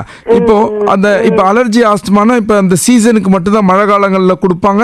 உங்களுக்கு மழை காலத்தில் உங்களுக்கு அலர்ஜி இருக்கிறப்போ உங்களுக்கு ஆஸ்துமா இருக்கும், அந்த மாத்திரை எடுக்கும்போது நல்லா இருப்பீங்க. வெயில் காலத்தில் உங்களுக்கு பிரச்சனை இருக்காது, அப்போ உங்களுக்கு தேவைப்படாது. புரியுதுங்களா? ஆனால் சில பேருக்கு வந்து வீட்டு பொருட்களில் அலர்ஜி இருக்கலாம், மசாலாவில் அலர்ஜி இருக்கலாம், உணவுகள் அலர்ஜி இருக்கலாம். அப்போ அவர்களுக்கு என்ன ஆகும்னா எப்பப்பெல்லாம் அவங்க அந்த அலர்ஜியில் எக்ஸ்போஸ் ஆகிறாங்களோ அவங்களுக்கு அந்த டைமெல்லாம் ஆஸ்துமா வரும். அப்பப்பெல்லாம் அந்த ட்ரீட்மெண்ட் கொடுக்கணும். அதே மாதிரி கார்டியாக் ஆஸ்துமான்னு நான் சொல்கிறேன், இருதய கோளாறுனால வரக்கூடிய ஆஸ்துமா இருக்குல்ல, அப்போ அவங்களுக்கு வந்து தண்ணி நிறையா கொடுக்கக்கூடாது. எப்பப்பெல்லாம் தண்ணி அதிகமாக குடிக்கிறாங்களோ அவங்களுக்கு மூச்சு திணறல் வரும். அப்போ அவங்களுக்கு கண்டிப்பாக அந்த உடம்புல அதாவது கார்டியாக் லோடை நம்ம வந்து குறைச்சே ஆகணும். அதுக்கு கண்டிப்பாக ஃப்ளூயிடு நம்ம குறைக்கணும். அப்போ டாக்டர் கொடுக்குற மாத்திரையை ஒரு நாள் கூட விடாமல் நம்ம போடணும். அதே மாதிரி கிட்னி ப்ராப்ளம் இருக்கிறவங்களுக்கும் உடம்புல இருக்க தண்ணியை வெளியில் அனுப்புறது நம்மளோட கிட்னியில், அந்த கிட்னி ஒழுங்காக வெளியில் அனுப்பலை அப்படின்னாலும் அந்த தண்ணி நம்மளுக்கு உடம்புல தான் சேரும். அது கொஞ்சம் அதிகமாக இருந்துச்சுன்னா நுரையீரலில் சேரும், அப்பயும் மூச்சு திணறல் வரும். அதனால் காரணம் என்ன அப்படின்னு கண்டுபிடிச்சி இப்போ உங்கள் 1-2 டாக்டர் சொல்லுவாங்க, நீ 6 மாதம் இந்த மாத்திரை எடுத்துகிட்டு 6 மாதத்துக்கு அப்புறம் வாங்க அப்படி சொல்லுவாங்க. அதில் ஆன்டிபயோட்டிக் 6 மாதம் இருக்காது. அதில் முக்கால்வாசி மாத்திரைகள் பார்த்தீங்கன்னா உங்களோட அலர்ஜியும் உங்களோட ஆஸ்துமாக்காண்டி கொடுக்குற சப்போர்ட்டிவ் மெடிசனாக தான் இருக்கும். அதை தைரியமாக எடுத்துக்கலாம். சரிங்க சார், தேங்க்யூ சார். ரைட்டம்மா, நன்றி மேடம், நன்றி. சரி, இப்போ அவங்க பேசிட்டு இருக்கும் போது சொன்னாங்க, இப்போ 3 மாசம் நாங்க ஒரு ஆன்டிபயோட்டிக் யூஸ் பண்றோம், திரும்பியும் அது வந்துச்சுன்னா எனக்கு அதே மாதிரி நான் ஆன்டிபயோட்டிக் யூஸ் பண்ணலாமா, அதே ஆன்டிபயோட்டிக் யூஸ் பண்ணலாமா அப்படின்னு கேட்குறாங்க. இது வந்து ஆஸ்துமாக்கு மட்டும் இல்லை, எல்லாத்துக்குமே அதே தான் நீங்க சொல்ற ஆன்சரா? ஆமாம். அதாவது எப்படின்னு கேட்டிங்கன்னா, இல்லை இது வந்து இப்போ அவங்க ஆஸ்துமாவில் கேள்வி கேட்டாங்க. அந்த ஆஸ்துமாவுக்கும் 3 மாதம்லாம் ஆன்டிபயோட்டிக் கொடுத்துருக்க மாட்டாங்க. அந்த இனிஷியல் அந்த எக்ஸாபரேஷன் இருக்கிற அந்த டைமில் மட்டும் ஒரு ஆன்டிபயோட்டிக் கோர்ஸ் கொடுத்துட்டு மிச்ச டைம் எல்லாமே ப்ரான்கோ டைலேட்டேட்டர் சொல்லுவாங்க, நுரையீரலை விரிக்க தன்மை கூடிய அது மாதிரி கொடுப்பாங்க, பஃப்ஸு கொடுப்பாங்க, இது மாதிரி தான் கொடுத்துருப்பாங்க. ஆனால் நம்ம ஊரில் நீங்கள் வந்து ஃபேமிலி டாக்டர் கேள்விப்பட்டிருக்கீங்க. ஆனால் ஃபேமிலியில் ஒருத்தர் புதுசாக டாக்டர் முளைக்கிற மாதிரி கேள்விப்பட்டிருக்கீங்களா? இது வந்து இருக்குது. எப்படின்னு கேட்டிங்கன்னா, ஒருத்தருக்கு இது மாதிரி சளி ஜுரம் இருக்கும், அவங்க வந்து மாத்திரை வந்து டாக்டர் மாத்திரை கொடுத்துருப்பாரு, அந்த ப்ரிஸ்கிரிப்ஷன் எடுத்திருப்பாங்க. எடுத்த உடனே ஒரு 4-5 நாள் சூப்பராக நல்லா இருப்பாங்க. ஆனால் அதில் அவங்க திடீர்னு டாக்டர் ஆகிடுவாங்க. என்ன பண்ணுவாங்க, அவங்க அத்தைக்கு பிரச்சனைனா அதே ப்ரிஸ்கிரிப்ஷன் கொடுப்பாங்க, எழுத்த வீட்டில் யாருக்காவது பிரச்சனைனா அதே ப்ரிஸ்கிரிப்ஷன் கொடுப்பாங்க, பின்னாடி வீட்டில் பிரச்சனைனா அதே பிரச்சனை கொடுப்பாங்க. சொல்லுவோம் இதே மாதிரி தான் எனக்கு இருந்துச்சு, இந்த மாத்திரை போடுங்க 4 நாள் 5 நாளில் சரியாக போயிடும். அதுலேயும் பார்த்தீங்கன்னா லக்கு அப்படின்னு பார்த்தீங்கன்னா அவங்க கொடுத்த ஒரு 10 பேரில் 3-4 பேருக்கு சரியாகவும் ஆகிடும். ஸோ அதனால் என்ன ஆகிடும்னு கேட்டிங்கன்னா இதுதான் அப்படின்னு நினச்சிப்பாங்க. எப்போ எல்லா வாட்டியும் அது வந்துச்சுன்னா அதுதான் கொடுப்பாங்க. ஆனால் என்ன ஆகிடுதுன்னா ஒரு வாட்டி அதே மாதிரி, அதாவது அமாவாசை சோறு டெய்லியும் கிடைக்காது அப்படின்னு சொல்லுவாங்க. அதுபோல் எல்லா வாட்டியுமே அதே ப்ரிஸ்கிரிப்ஷன் எடுக்கிறதன் மூலிமா உங்களுக்கு நோய் சரியாக போகாது. கண்டிப்பாக உங்களோட மருத்துவரை நீங்கள் அணுகி எடுக்கிறது தான் புத்திசாலித்தனம். இதனால் நீங்கள் அனாவசியமாக சில நேரங்களில் மருந்து எடுக்கிற ஒரு சூழ்நிலையில் தள்ளப்படுறீங்க. தயவு செஞ்சு அது மாதிரி தவறுகளை பண்ணாதீங்க. Okay sir. இப்போ குழந்தைங்களுக்கு கொடுக்குற ஆன்டிபயோட்டிக்ஸ் பார்த்தீங்கன்னா சில டைம் வந்து நமக்கு வந்து ட்ரை பவுடர் மாதிரியும் கூடவே ஒரு டைல்யூட்டட் லிக்விட் மாதிரியும் கொடுக்குறாங்க. இப்போ அந்த லிக்விட் வந்து எக்ஸஸாகவே தான் இருக்கும் சம்டைம்ஸ். ஸோ அது வந்து கரெக்டாக அந்த லெவலில் அந்த லிக்விட் அந்த லெவல் வரைக்கும் அந்த லிக்விட் யூஸ் பண்ணுமா, இல்லை அந்த கொடுத்துருக்கிற லிக்விட் ஃபுல்லாகவே யூஸ் பண்ணிட்டு அப்படியே யூஸ் பண்ணிக்கலாம்? இல்லை, இது ஆக்சுவலாக வந்து அதில் ஒரு லைன் கொடுத்துருப்பாங்க, எல்லாத்துலேயுமே ஒரு லைன் கொடுத்துருப்பாங்க. அந்த லைன் ரீச் ஆகிற வரைக்கும் தான் நம்ம வந்து கரெக்டாக போடணும். சம்டைம்ஸ் என்ன ஸ்பில் ஓவர் இருக்கும், கொஞ்சம் ஒரு 0.5 ml இல்லை 1 ml வந்து லீக்கேஜ் இருக்கும். அப்படின்னால ஒரு 1 ml கிட்டத்தட்ட எக்ஸ்ட்ரா இருக்கும். அதுக்காண்டி 10 ml இருக்க வேண்டிய இடத்துல 15 ml கொடுக்க மாட்டாங்க. சும்மா ஒரு ஹார்ட்லி அந்த ஸ்பில் ஓவருக்காண்டி கொடுக்குற எக்ஸ்ட்ரா மட்டும்தான் இருக்கும். அதனால் நம்ம கரெக்டாக அந்த லெவலில் போடுறது புத்திசாலித்தனம். ஒருவேளை அதில் மிஞ்சி கொஞ்சம் ஒரு 0.5 ml எக்ஸ்ட்ரா போனால் பெரிய டிஃப்ரென்ஸ் இருக்காது. ஆனால் டோசேஜில் கொஞ்சம் இது இருக்கும் உங்களுக்கு. இப்போ 5 ml 3 நாளைக்குன்னு 15 ml கொடுப்பாங்க. நம்ம 16 ml போட்டிருப்போம். அந்த 16 ml 3 நாளைக்கு அப்போ பிரித்து கொடுக்கணும் அந்த டோசேஜ். அது வந்து இதுக்கு நான் ஸ்டெபிலிட்டி ஆஃப் த ட்ரக் எதுக்காண்டி அது மாதிரி கொடுக்குறாங்கன்னா, கலந்து கொடுத்தா சில நேரங்கள் ஸ்டெபிலிட்டி இருக்காது, ஸ்டெபிலிட்டி லூஸ் ஆகிடும் அந்த ஆன்டிபயோட்டிக். ஸோ அதனால் இந்த ஸ்டெபிலிட்டி ஆஃப் த ட்ரக்குக்கும் அந்த கம்போசிஷன் கொடுக்கறது அதுக்காண்டி தான் அப்படி தனியாக பவுடர் ஃபார்மில் கொடுக்குறாங்க. சில ஆன்டிபயோட்டிக், முக்கால்வாசி ஆன்டிபயோட்டிக்ஸ் வந்து அது மாதிரி மிக்ஸ் பண்ணுற மாதிரி தான் வரும். ஓகே, சில டைம் அந்த பவுடர் ஃபார்மில் கொடுக்குற அந்த சிரப் வந்து நம்ம கலக்கும்போது ஒரு 2 நாள் ஒரு கலர்லேயும் 3 நாள் 4வது நாள் போகும்போது ஒரு மாதிரி ப்ரௌனிஷாக ஆகிற கலர். அது வந்து நீங்கள் ஸ்டோரேஜோட ஃபால்ட்டாக இருக்கலாம். ஓகே, கண்டிப்பாக அது மாதிரி கலர் சேஞ்சஸ் எல்லாம் இருந்தால் நீங்கள் அந்த மருத்துவர்கிட்ட ஒரு வாட்டி சொல்லிவிட்டு நம்ம அது எடுத்துக்கணும். இல்லைனா மேக்ஸிமம் அதை அவாய்ட் பண்ணிக்கிறது நல்லது. ஏன்னா நம்ம ஸ்டோரேஜ் ப்ராப்பராக ஸ்டோரேஜ் வச்சுருந்தோம்னா அது மாதிரி ஆகாது. எதில் ஸ்டோர் பண்ணணும் டாக்டர்? இப்போ அது ஒரு இதுலேயே போட்டிருப்பாங்க உங்களுக்கு 2 to 8 டிகிரின்னு போட்டிருப்பாங்க. ஓகே, ஸோ அந்த 2 to 8 டிகிரி. இன்னொன்று வந்து இப்போ ஃபார் எக்ஸாம்பிள் அயன் வச்சிங்கன்னா அயனை வந்து ஃப்ரிட்ஜில் வைக்கவே கூடாது. ஓகே, ஸோ அயன் வெளியில் வைக்கணும். அது மாதிரி ஒன்று ஒரு இதுக்கும் நம்மளுக்கு அதில் எல்லாத்துலேயுமே உங்களுக்கு ஸ்பெசிஃபிகேஷன்ஸ் கொடுத்துருக்காங்க. அந்த இன்ஸ்ட்ரக்ஷன்ஸை ஃபாலோ பண்ணிங்கனாலே போகிறோம். இப்போ சம்டைம்ஸ் வந்து இந்த 5 நாள் ஒரு கோர்ஸ் கொடுத்துருக்காங்க, கண்டினியூஸா நம்ம ஃபாலோ பண்ணிட்டு வரணும். அந்த 5 நாள் நம்ம ஃபாலோ பண்ணிட்டு வரும்போது ஏதோ ஒரு நாள் தவறுதலா நடுவில் ஒரு நாள் பிரேக் விழுந்துருச்சு அப்படின்னா அந்த ஆன்டிபயோட்டிக்கோட வேலை எப்படி இருக்கும் சார்? அதாவது கொஞ்சம் குறையும் கண்டிப்பாக. ஆனால் நம்ம என்னென்னா மேக்ஸிமம் ஸ்கிப் பண்ணாமல் போடுறது தான் நல்லதுங்க. ஆனால் ஒரு ஒரு ஒரு காரணம் வந்து அது வந்து நம்மளால் தவிர்க்க முடியாத ஒரு காரணம் வரும்போது ஒரு வேளை ஸ்கிப் பண்ணிட்டீங்கன்னா யூ ஹாவ் டு கண்டினியூ. அப்படியே அந்த டோஸை வந்து அந்த ஒரு வேலையை விட்டுட்டு அடுத்த நெக்ஸ்ட் மார்னிங் நைட் அதை அப்படியே கண்டினியூ பண்ணிக்கிட்டிங்கன்னா at least you will get the benefit. Okay sir, இப்போ அடுத்த காலர் கிட்ட பேசிடலாம். வணக்கம். ஹலோ வணக்கம், யார் எங்கேருந்து பேசுறீங்க? ராணிப்பேட்டை மாவட்டம் வாழைப்பந்தல் பாபு பேசுறேன் மேடம். பாபு சார் பேசலாமா? டாக்டர் கிட்ட பேசலாமா? வணக்கம் டாக்டர். சார் வணக்கம் பாபு, சொல்லுங்க சார். சார் இப்போ வந்து இப்போ டாக்டர் பார்க்க போனா 2 நாளைக்கு மருந்து எழுதுறாரு சார். இப்போ 2 நாளைக்கு தான் 2 நாள் சாப்பிட்டு போய் டாக்டர் பார்க்கணும். நம்ம வந்து என்ன பண்ணிடுறோம் அறியாமல அந்த சரி எதுக்கு டாக்டர் பார்க்கணும் சார் அதே மருந்து யூஸ் பண்றோம் சார். அது கெடுதலா சார் இது? ஆமாங்க ஐயா, அதை தான் இதுக்கு முன்னாடியே நாங்கள் சொல்லிட்டு இருந்தோம். அதாவது எப்படின்னு கேட்டிங்கன்னா, அவர் 2 நாள் எதுக்காண்டி மருந்து கொடுக்குறான்னா, கண்டிப்பாக அந்த 2 நாளில் ஒரு வேளை ஆன்டிபயோட்டிக் கொடுத்தாரா திருப்பி இன்னொரு 2 நாள் கொடுக்கணும். பட் நடுவில் உங்களை வந்து பார்க்கணும், அந்த இம்ப்ரூவ்மெண்ட் எப்படி இருக்குன்னு பார்க்கணுங்கிறதுக்காண்டி தான் அந்த 2 நாளுக்கு அப்புறம் வர சொல்கிறாங்க. அது நம்ம வர முடியல அப்படின்னா அது வந்து நம்ம திருப்பி அவர் டாக்டரோட ஆலோசனை இல்லாமல் நீங்கள் திருப்பி அதையே கண்டினியூ பண்ணுறதுங்கிறது அட்வைசபிள் கிடையாது. இப்போது நம்ம 1-2 கண்டிஷன் தெரியும். இது 5 நாள் மாத்திரை போட்டால் சரியாயிடும்னா நாங்கள் 5 நாள் மாத்திரை கொடுத்துருவோம். ஆனால் 1-2 கண்டிஷனு இப்போ இதை விட இன்னும் வருஷம் ஆகிடுச்சுன்னா அப்போ நீங்கள் வீட்டில் இருந்தால் உங்களுக்கு தெரியாமல் போயிடுச்சுன்னா என்ன பண்ணுறது? உங்கள்கிட்ட பிபி செக் பண்ணுறதுக்கோ டெம்பரேச்சர் செக் பண்ணுறதுக்கோ வசதி இல்லை அப்படிங்கிற பட்சத்தில், இல்லை உங்களுக்கு வந்து நுரையீரல் எப்படி இருக்குன்னு ஆஸ்கல்டேட் பண்ணி பார்க்கறதுக்கு அந்த இடத்துல உங்களால் முடியாதுங்கிறதுனால தான் டாக்டர் என்ன சொல்கிறாரு, ஒரு 2 நாளுக்கு அப்புறம் வந்து காட்டுங்க அப்படின்னு சொல்கிறார். அவர் வந்து அனாவசியமாக யாரும் சொல்ல மாட்டாங்க. கண்டிப்பாக அப்படி ஏதாவது சொல்கிறாங்கன்னா நம்ம வந்து பார்க்கணும். இல்லையா உங்களால் வர முடியலங்கிற பட்சத்தில் நீங்கள் சொல்லலாம், இது மாதிரி ஐயா எங்களுக்கு வந்து இப்போ 2 நாளில் உடனே வர முடியாதுன்னா அங்கே கொஞ்சம் தூரத்தில் இருக்கும், எங்களுக்கு வந்து மாத்திரை இப்போ கம்ப்ளீட்டாக இது வரைக்கும் பண்ணுங்கன்னா அப்போ அவரே அதுக்கேற்ற மாதிரி இல்லைப்பா இன்னொரு ஒரு 3 நாள் எடுத்துகிட்டு வாங்க, இல்லைன்னா 4 நாள் 5 நாள் இந்த கோர்ஸை முடிச்சுட்டு வாங்க அப்படின்னு சொல்கிறதுக்கு வாய்ப்பு நிறையா இருக்குது. அதே மாதிரி நான் கேட்டேன் ஐயா நானும் டாக்டர் கிட்ட. இப்ப எனக்கு வந்து கொலஸ்ட்ரால் அதிகமாக சொல்லிட்டு செக் பண்ணி சொன்னாரு. 2 வாரத்துக்கு எழுதி கொடுத்தாரு. நான் போக முடியல சார் டாக்டர் பார்க்க முடியும் சொல்லிட்டு 1 வாரம் எக்ஸ்ட்ரா சாப்பிட்டேன். சரி, ஆமாம் கொலஸ்ட்ரால் ஐயா நீங்கள் ஆன்டிபயோட்டிக் மட்டும்தான் நீங்கள் வந்து இது மாதிரி வந்து கரெக்ட் டைம் சொன்ன இதுக்கு போகணும். கொலஸ்ட்ரால் பிரச்சனைலாம் 1 வாரம் எடுத்தால் தவறு கிடையாதுங்க. அதே மாதிரி கொலஸ்ட்ரால், பிபி, அப்புறம் வந்து சுகர், இன்னும் வந்து கார்டியாக் மெடிசின்ஸு, இது மாதிரி ரொம்ப அத்தியாவசியம் ரொம்ப முக்கியமான விஷயம் இருக்குது பார்த்தீங்களா. இந்த மாதிரி மாத்திரைகள் டாக்டரை கேட்காம நிறுத்தக்கூடாது. புரியுதுங்களா? உங்களுக்கு ஒரு கல்யாணமோ இல்லை ஒரு ஃபங்க்ஷனோ இருக்குது, உங்களால் போக முடியல அப்படின்னா அவர் கொடுத்த அதே மாத்திரையை திருப்பி அவரை வந்து அடுத்த வாரம் போய் பார்க்குற வரைக்கும் எடுக்கிறதுல எந்த விதமான பாதிப்பு கிடையாது. நீங்கள் தைரியமாக எடுத்துக்கலாம். நான் சொல்கிறது இந்த ஆன்டிபயாட்டிக் மட்டும்தான் நீங்கள் எக்ஸ்ட்ரா எடுக்கக்கூடாது. அவரோட ஸ்ட்ரிக்ட் ஆர்டர் 3 நாள்னா 3 நாள் மட்டும்தான் எடுக்கணும். ஆனால் இது போல் அதாவது நான் கம்யூனிகபிள் டிசீஸ்ன்னு சொல்லுவோம்.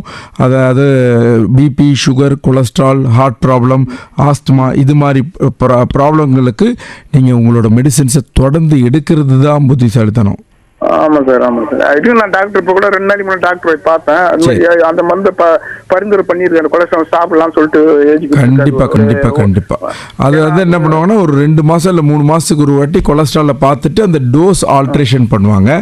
சுகரு, பிபி இருந்துச்சுன்னா அது கண்ட்ரோலுக்கு ஏற்ற மாதிரி ஏற்றத்தளவுகள் நாங்கள் பண்ணுவோம். அது மாதிரி டோஸ் மட்டும் ஆல்ட்ரேஷன் பண்ணுவாங்க. இது மாதிரி நம்ம சுயமா நம்ம போய் மருந்து வாங்கி சாப்பிடக்கூடாது. அதுதான் ஏன் நல்லது. நீங்கள் வந்து வெறும் ஒரு தலைவலிக்கோ இல்லை ஒரு காய்ச்சல் வீட்டில் வந்து பேராசிட்டமால் இருக்குன்னா டெம்பரவரிக்கு அது போடுறது தவறு கிடையாது.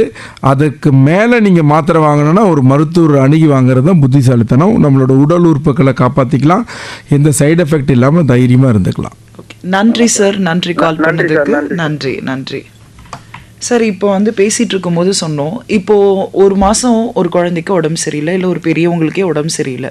இந்த மாதம் அவங்க ஆன்டிபயோட்டிக் சாப்பிட்ருக்காங்க. திரும்ப அவங்களுக்கு ஒரு அடுத்த மாதமே ஏதோ ஒரு காரணத்தினால உடம்பு சரியில்லாமல் போகுது, வேறு ஒரு பிரச்சனையினால. அப்போது அடுத்த டைமும் ஆன்டிபயோட்டிக் கொடுப்பாங்களா, இல்லை ஒரு ஆன்டிபயோட்டிக்கும் இன்னொரு ஆன்டிபயோட்டிக்கும் எவ்வளோ கேப் இருக்கணும் நேச்சுரலாக? இல்லை, இப்போ ஃபார் எக்ஸாம்பிள் நீங்கள் சொல்கிற மாதிரி ஒரு மாதத்துக்கு ஒரு இன்ஃபெக்ஷன் இருக்குன்றீங்க, அடுத்த மாதத்துக்கு வேறு ஒரு இன்ஃபெக்ஷன் இருக்குன்றீங்க. இப்போ நுரையீரல், அதாவது முதல்ல சளி தலதோஷம் இருந்தால் அதுக்கு ஆன்டிபயோட்டிக் எடுத்திருக்காரு. அதுக்கு அடுத்த மாதம் வயிறு வலி, லூஸ் மோஷன், அதுக்கு ஒரு ஆன்டிபயோட்டிக் எடுக்கிற சூழ்நிலை வந்தால் எடுத்து தான் ஆகணும். புரியுதுங்களா? ஆனால் இதில் இப்போ இன்னொரு விஷயம், ரொம்ப முக்கியமான விஷயம் எல்லாருக்கும் தெரிஞ்சுக்கணும். அதாவது இப்போ சைனசைட்டிஸ்ன்னு நம்ம சொல்கிறோம். இந்த சைனசைட்டிஸுங்கிற ஒரு அலர்ஜி டிசீஸ். அதாவது ஒரு டஸ்ட்டோ ஏதோ ஒன்று உள்ளே போகும். அந்த உள்ளே போகிறதுனால நம்மளோட சைனஸ் கேவிட்டி, காற்று குகைகள் வந்து அதிகமான சுரந்ததுனால அங்கேயே தங்கி இருக்கிற நீர் அங்கேயே இருந்ததுனால 2 நாள் 3 நாளுக்கு அப்புறம் இன்ஃபெக்ட் ஆகிடுது. அந்த இன்ஃபெக்ட் ஆனதுக்கு நீங்கள் மாத்திரை போடுறீங்க, திருப்பி அடுத்த மாதம் இதே மாதிரி சூழ்நிலை வருது, திருப்பி இதே மாதிரி பார்த்து. அப்போ இது தவறு. இது என்ன பண்ணணும் அப்படின்னு கேட்டால், அண்டர்லையிங் காஸ் என்ன, இந்த சைனஸ்னால தான் நீங்கள் கண்டுபிடிச்சிட்டிங்கன்னா சைனஸுக்கு உங்களுக்கு பர்மனன்ட் க்யூரே இருக்கே. ஓகே, என்ன இல்லை, அலர்ஜியை ப்ரொடெக்ட் பண்ணுறதுக்கு நிறைய விஷயங்கள் இருக்கே. நீங்கள் அதை பண்ணிட்டுறது தானே புத்திசாலித்தனம். அதை விட்டுட்டு நான் 2 மாதத்துக்கு ஒரு வாட்டி இல்லை மாதத்துக்கு ஒரு வாட்டி ஆன்டிபயோட்டிக் போடுவேன் அப்படின்னா அது தவறு இல்லை. அனாவசியமாக நம்ம ஆன்டிபயோட்டிக் போடுறது முக்கியமாக அது தவறு தாங்க. ஓகே, புரியுதுங்களா? ஸோ அப்போது எது root cause of the disease, இது ஏன் வருது, அப்போ அந்த இதை ரூட் காஸை நீங்கள் கண்டுபிடிச்சி சரி பண்ணிட்டீங்கன்னா திருப்பி அந்த சூழ்நிலையில் நீங்கள் தள்ளப்பட மாட்டீங்க. உங்களுக்கு ஆன்டிபயோட்டிக் தேவையப்படாது.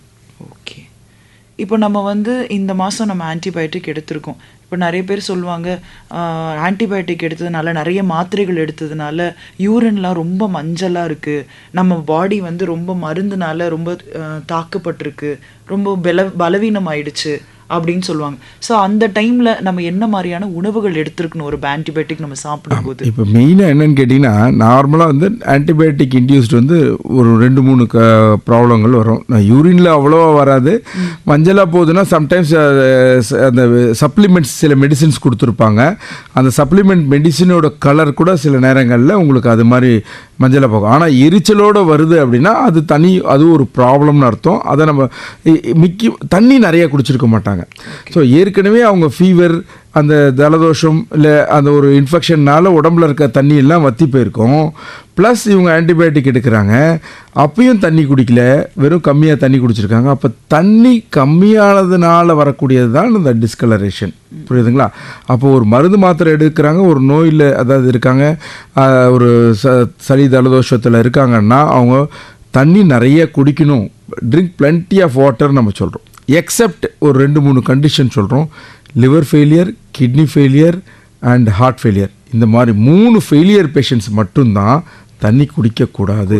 மிச்சம் எல்லாருமே தண்ணி குடிக்கணும். அதுலேயும் முக்கியமாக இது மாதிரி மருந்து வகைகள் எடுக்கும்பொழுது நிறைய தண்ணி குடிக்கிறது, அந்த மருந்து நம்மளுக்கு வாஷ் பண்ணுறதுக்கும் யூஸ்ஃபுல்லாக இருக்கும், அது செடிமெண்ட் ஆகாமல் இருக்கும் நம்மளுக்கு.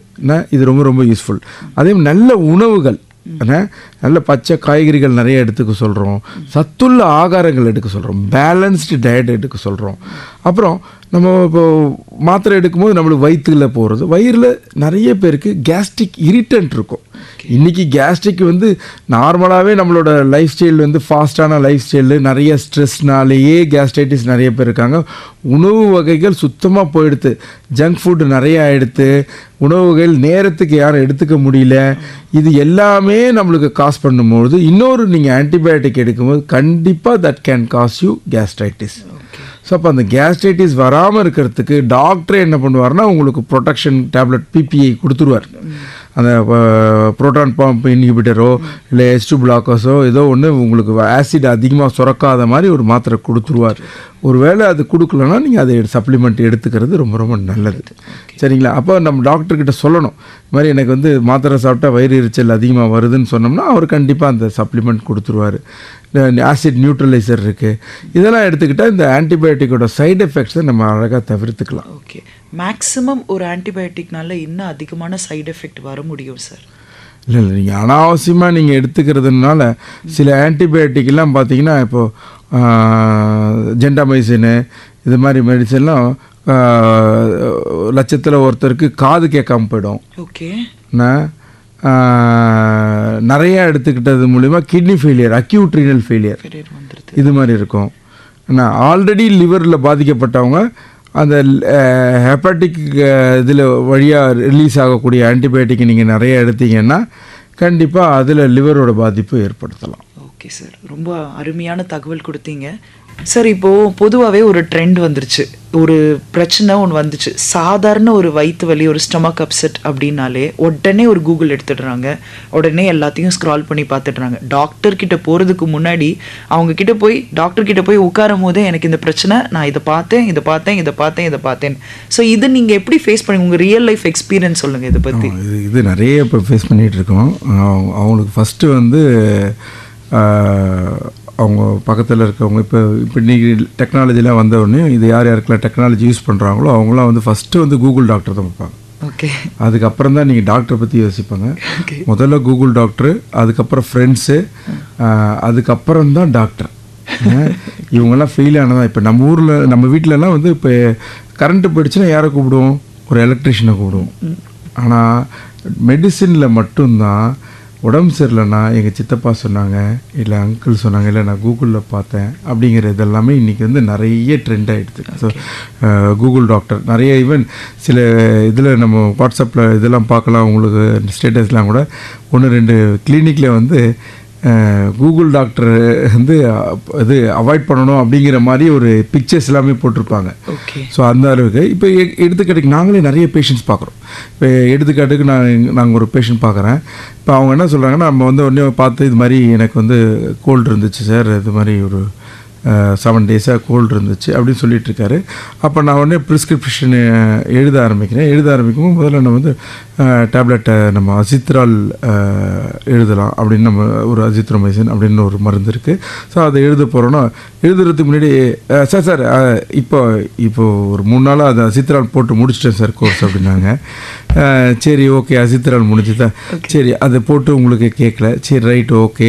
இப்போதைக்கு வந்து ஆக்சுவலாக வந்து அது அவர் வந்து சைனசைட்டிஸ் அது மாதிரிலாம் இருக்குது. ஸோ அதனால் நம்ம என்ன பண்ணோம், சரி அடுத்த லெவலில் ஒரு பென்சிலின் குரூப்பில் ஒன்று எழுதலாம் ஆகுமெண்ட்னா, இல்லை இது அசித்ரால் எடுக்கிறதுக்கு முன்னாடி நான் ஆகுமெண்ட்டின் தான் எடுத்தேன் அப்படின்ற மாதிரி. ஸோ அப்போ எல்லா ட்ரையுமே நீங்கள் வந்து வீட்டிலே வந்து ஒரு கூகுளில் பார்த்து நீங்கள் எல்லாம் பண்ணிடுறீங்க. ஸோ அப்போ என்ன ஆகிடுது, நாம் என்ன சொல்கிறது, அப்போ சார் நீங்கள் என்ன மாத்திரை வேணும்னு சொன்னீங்கன்னா நான் அதை ப்ரிஸ்கிரிப்ஷன் எழுதி கொடுத்துட்றேன் அப்படிங்கிற நிலைமைக்கு நம்ம வந்து ஒரு தள்ளப்படுறோம். ஸோ அதை வந்து நம்ம வந்து இன்றைக்கி வந்து நிறைய வந்து டெக்னாலஜி இம்ப்ரூவ்மெண்ட்டை வந்து நம்ம நல்ல இதுக்கு பயன்படுத்திப்போம், இது மாதிரி தவறான ஒரு விஷயத்துக்கு பயன்படுத்த வேண்டாம். ஸோ அதனால் அது வந்து நம்ம ஒரு தாழ்மையான வேண்டுகோள். கண்டிப்பாக வந்து நம்ம ஒரு நோயை பற்றி தெரிஞ்சுக்கிறதுக்கு கண்டிப்பாக நம்ம வந்து கூகுள் யூஸ் பண்ணிக்கலாம், கூகுள் டாக்டர் யூஸ் பண்ணிக்கலாம், தவறே கிடையாது. ஏன் அப்படின்னு கேட்டிங்கன்னா, இன்றைக்கி நம்ம ஊரை பொறுத்த வரைக்கும் நம்ம மருத்துவர்கள் வந்து எண்ணிக்கை வந்து குறைவு.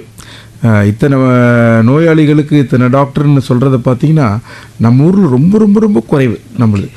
அப்படி இருக்கிற ஒரு சூழ்நிலையில் நம்மளுக்கு வந்து ஒரு டாக்டரை வந்து எல்லாத்தையும் ஃபுல்லாக எக்ஸ்பிளைன் பண்ண முடியுமா அப்படின்னு கேட்டிங்கன்னா கிடையாது. ஸோ அந்த விஷயத்தை கம்பேர் பண்ணும்போது நீங்கள் வந்து ஒரு கூகுள் படித்தோ, அதை கூகுளில் வந்து என்ன இருக்குன்னா, புக்ஸு படிக்கிறது ரொம்ப நல்ல விஷயம். ஆனால் இன்றைக்கி வந்து கையிலே இருக்கிறதுனால கூகுளில் படிங்க. ஒரு பேசிக் இன்ஃபர்மேஷன் மட்டும் எடுத்துக்கோங்க. ஒரு அன்னப்பறவை மாதிரி ஒரு நல்லதை மட்டும் எடுத்துக்கோங்க. அதில் இருக்கிற அனாவசியமானதெல்லாம் பண்ணணும். ஏன்னா நிறைய பேர் இந்த கூகுளை பார்த்து பயந்துடுறாங்க. அதுவும் மிக மிக தவறு. ஏன்னா கூகுள் வந்து என்ன பண்ணுவோம், எதை நிறைய பார்க்குறாங்களோ அதை தான் ஃப்ரண்ட்டில் எடுத்து போடும். அப்போ வந்து ஒரு தலைவலின்னா முதல்ல அது போடுறது பிரெயின் கேன்சரை பற்றி போடும். அப்போ சாதாரண விஷயம் நம்ம டென்ஷனில் தலைவலிக்கும், தண்ணி உடம்புல டீஹைட்ரேஷனில் தலைவலிக்கும், கேஸ்ட்ரைட்டிஸில் தலைவலிக்கும், இவ்வளோ விஷயங்கள்லாம் விட்டுட்டு எடுத்தோடனே அது வந்து டியூமர்னா அவங்க உடனே வந்து பேஷண்ட்டு பயந்துடுறாங்க. ஸோ அதனால் நீங்கள் பயப்படாதீங்க. கூகுளில் இருக்கிற விஷயத்த நல்லது மட்டும் எடுத்துக்கோங்க. ஏதாவது சந்தேகம் இருந்துச்சுன்னா நேராக மனசில் போட்டு குழப்பிக்காமல் நேராக உங்களோட ஃபேமிலி டாக்டர்கிட்ட போங்க, இல்லை ஒரு மருத்துவர்கிட்ட போய் இது மாதிரி போட்டிருக்கு, இது உண்மையாக பொய்யான்னு கூட நீங்கள் கேட்டு தெரிஞ்சுக்கலாம். அதை விட்டுட்டு அனாவசியமாக நீங்களே படபடப்பாகி அதனால் ஒரு அடுத்த உங்களோட ப்ளட் ப்ரெஷரை ஏற்றி அதனால் இன்னொரு கம்ப்ளைண்ட் புதுசாக வர வேண்டாம். அதனால் கூகுளை நல்ல விஷயத்துக்கு மட்டுமே பயன்படுத்திக்கணும் அப்படிங்கிறது என்னோடய தாழ்மையான வேண்டுகோள். அது ஒரு முக்கியமான ஒரு விஷயம். அடுத்தபடியாக பார்த்திங்கன்னா, நம்ம ஏற்கனவே நம்ம சொன்ன மாதிரி தான் அந்த இது வந்து நம்ம வந்து இன்றைக்கி பாக்டீரியாஸ் எல்லாமே ரொம்ப இன்டெலிஜென்ட்டான பாக்டீரியாஸு. ஸோ அதனால் அதுவே வந்து மியூட்டேஷன் மாற்றி அதுவே ரெசிஸ்டன்ஸ் நம்மளுக்கு நிறைய கொண்டு வருது. புதுசான பாக்டீரியாஸும் வைரஸும் நம்ம இன்றைக்கி சந்திக்க வேண்டிய ஒரு சூழ்நிலையில் இருக்கிறோம். அதாவது நம்ம இந்த பயோவார் லெவலுக்கு இன்றைக்கி வந்து இந்த கோவிட் வந்து நம்மளை வந்து பயமுறுத்தி ஒரு இதெல்லாம் பண்ணியிருக்கு. அது மியூக்கர் மைக்கோசிஸ்ன்னு ஃபங்கல் இன்ஃபெக்ஷன் நம்ம பார்த்துருக்கோம். இது மாதிரி ரேராக இருக்கிற இன்ஃபெக்ஷனெல்லாம் ஒரு எபிடமிக்காக பரவக்கூடிய ஒரு சூழ்நிலையெல்லாம் நம்ம வந்து பார்த்துருக்கோம். ஆனால் அதுலேருந்துலாம் நம்ம மீண்டு வந்துட்டோம். இன்னும் அது மாதிரி எந்த ஒரு பிரச்சனை இருந்தாலும் நம்ம மீண்டு வந்துடுவோம் அப்படிங்கிற நம்பிக்கை எல்லாருக்கும் வேணும். அதனால் பயப்பட வேணாம். நல்ல மருத்துவர்கள் இருக்காங்க. நாங்கள் எல்லாருமே உங்களுக்கு எல்லாருக்கும் சப்போர்ட்டாக இருப்போம். ஆனால் நீங்கள் பண்ண வேண்டியது ஒன்று தான், ஒரு மருத்துவர் அணுகி உங்களுக்கு தேவையான மருந்தை எடுத்துக்கோங்க. ஆனால் ஓவர் த கவுண்டர் நீங்கள் அனாவசியமாக எடுத்துக்கிறது அது உங்களோட உடல் நலத்துக்கும் கேடு, அது நம்மளுக்கு நல்லதும் கிடையாது. அது என்விரான்மெண்ட்டுக்கும் நல்லது கிடையாது, உங்களுக்கு மட்டும் கிடையாது. நீங்கள் உருவாக்கக்கூடிய விஷயம் வந்து என்விரான்மெண்ட்டுக்கும் அது பாதிப்பு இருக்குது. அதை இதில் வந்து நம்ம டியூபர்குலோசிஸ் நம்ம கேள்விப்பட்டிருக்கோம். அதில் இந்த மல்டி ட்ரக் ரெசிஸ்டன்ட் டியூபர்குலோசிஸுங்கிறது நம்ம ஊரில் தான் இருக்கிறதுலே அதிகம், உலகத்துலேயே நம்ம ஊரில் தான் அது அதிகம். அதனால தான் டியூபர்குலோசிஸ் வந்து இன்றைக்கி 100% க்யூர் இருக்குது டியூபர்குலோசிஸ்க்கு. ஆனால் இந்த மல்டி ட்ரக் ரெசிஸ்டன்ஸு அவங்க கோர்ஸை ஒழுங்காக எடுத்துக்காததுனால வரக்கூடிய மல்டி ட்ரக் ரெசிஸ்டன்ட்னால தான் இன்றைக்கி உயிர் இழப்புகள் நிறையா ஏற்படுது. ஸோ அதனால் நம்மளோட சுற்றுப்புறத்தையும் நல்லா ஆரோக்கியமாக வச்சுப்போம், நம்மளும் ஆரோக்கியமாக இருப்போம். நம்ம ஆரோக்கியத்தை வச்சிருக்கிறது மூலியமாகவே நம்ம இன்ஃபெக்ஷன்ஸ்லாம் நம்ம சின்ன சின்ன ப்ரொடெக்ஷன்ஸ் இருக்குது. நம்மளோட உடம்புலேயே எல்லா விதமான சக்தியும் இருக்குது. நம்ம பண்ண வேண்டியது என்ன, கை கழுவிட்டு சுத்தமாக இருக்க வேண்டியதும், அலர்ஜி இருக்கிறவங்க ஒரு மாஸ்க் போட்டுக்கிறது மூலியமாகவும், இல்லை சாப்பிட்றதுக்கு முன்னாடி நம்ம சுத்தமாக இருக்கிறதும், அது இந்த சுத்தம் சொறுபடும். நம்ம அந்த காலத்துலேயே நம்மக்கிட்ட திருவள்ளூரே 1000 சொல்லிட்டார் நம்மளுக்கு. எல்லா இந்த ஆன்டிபயோட்டிக் பற்றி எல்லாமே அந்த காலத்துலேயே நம்மளுக்கு எல்லாமே சொல்லியிருக்காங்க. ஸோ அந்த நம்மளோட ட்ரெடிஷ்னல் இதை நம்ம ஃபாலோ பண்ணாலே நம்ம இவ்வளோ சஃபர் பண்ணணுங்கிற அவசியமே கிடையாது. சுத்தமாக இருப்போம், சுகாதாரமாக இருப்போம். நம்ம வந்து இந்த நோயிலேருந்து தவிர்த்து வாழ்வோம், நோய் வராமல் தவிர்க்கிறது தான் புத்திசாலம். Prevention is better than cure. மீறி வந்துச்சுன்னா ஒரு டாக்டரை அணுகி நீங்கள் சரியான ட்ரீட்மெண்ட் எடுக்கிறது மூலிமா நீங்கள் அதையும் ஈஸியாக கிளியர் பண்ணிடலாம். இந்த ஆன்டிபயோட்டிக்ஸோட அவேர்னஸ் எவ்வளோ இருக்குது, கவர்மெண்ட்டோட மெஷர்ஸ் என்ன? இப்போ இன்றைக்கி பார்த்தீங்கன்னா, இப்போ லேட்டஸ்ட்டாக இப்போ பார்த்தீங்கன்னா கூட போன ஒரு 10 நாளைக்கு முன்னாடி கூட நம்ம கவர்மெண்ட் வந்து இதை இனிஷியேட் பண்ணியிருக்காங்க.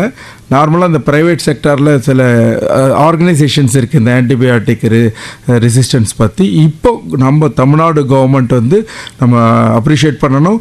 அவங்க வந்து இப்போ புதுசாக வந்து அந்த ஆன்டிபயோட்டிக் யூசேஜ் அண்ட் அதோட ரெசிஸ்டன்ஸை தவிர்க்கிறதுக்குன்னு ஒரு ப்ரோக்ராம், அவேர்னஸ் ப்ரோக்ராம் நடத்துகிறாங்க. இப்போது 10 நாளைக்கு முன்னாடி ஒன்று நடத்தியிருக்காங்க. இதே மாதிரி ரெகுலராக நடத்துகிறேங்கிற அந்த இது வந்து நம்மளுக்கு நோட்டீஸ் வந்துட்டுருக்கு. ஸோ இதை வந்து ப்ரைவேட் ஹாஸ்பிட்டல்ஸ் எல்லோரும் வந்து டாக்டர்ஸ் வந்து நம்ம நம்ம வந்து அதை கலந்துக்கிட்டோம் அப்படின்னீங்கன்னா நம்மளும் வந்து லேட்டஸ்ட் அப்டேட் நம்ம கற்றுக்கிட்டோம் அப்படின்னா ரொம்ப ரொம்ப ரொம்ப அவசியமாக இருக்கும், ரொம்ப யூஸ்ஃபுல்லாக இருக்கும். பொதுமக்களுக்கு நம்ம டாக்டர்ஸ் வந்து அவேர்னஸ் கொடுக்கணும். அரசு வந்து இது மாதிரி வந்து அவேர்னஸ் டாக்டர்ஸ்க்கு கொடுக்குறது, மருத்துவமனைக்கு கொடுக்குது. இதன் மூலிமா கண்டிப்பாக வந்து நம்ம வந்து ஒரு சிறந்த ஸ்டேட்டாக நம்ம வந்து வரலாம், இந்த ஆன்டிபயோட்டிக் ரெசிஸ்டன்ஸை குறைக்கலாம். ரொம்ப ரொம்ப ரொம்ப சந்தோஷம். Thank you sir, thank you. 1 மணி நேரம் எங்களுக்காக நீங்கள் டைம் ஸ்பெண்ட் பண்ணி பொறுமையாக நேயர் கேட்குற எல்லா கேள்விகளுக்கும், நான் கேட்குற கேள்விகளுக்கும் ரொம்ப தெளிவாக நீங்கள் விளக்கம் கொடுத்தீங்க. ஆன்டிபயோட்டிக்ஸை பற்றி ஒரு தெளிவான புரிதல் இந்த 1 மணி நேரத்தில் எங்களுக்கு கிடைச்சது அப்படின்னு நம்புகிறோம். நன்றி நன்றி. இந்த வாய்ப்பை கொடுத்ததுக்கு நானும் என்னோட மனமார்ந்த நன்றியை தெரிவித்துக் கொள்கிறேன். இது மக்களுக்கு கண்டிப்பாக இது மாதிரி எல்லா விதத்துலேயும் அவேர்னஸ் இருக்க நம்மளுக்கு வந்து எல்லா பிரச்சனைகளும் நம்ம வந்து ஈஸியாக தவிர்த்தரலாம். Okay, thank you sir, thank you so much. Hello doctor நிகழ்ச்சி கேட்டுட்டு இருந்தீங்க. ஆன்டிபயோட்டிக்ஸ் பற்றி டாக்டர் தினகரன் பொதுநல மருத்துவர் நம்ம கூட நிறைய பேசிகிட்டு இருந்தாங்க. அவங்களோட நிறைய தகவல்கள் நம்ம தெரிஞ்சுக்கிட்டோம்.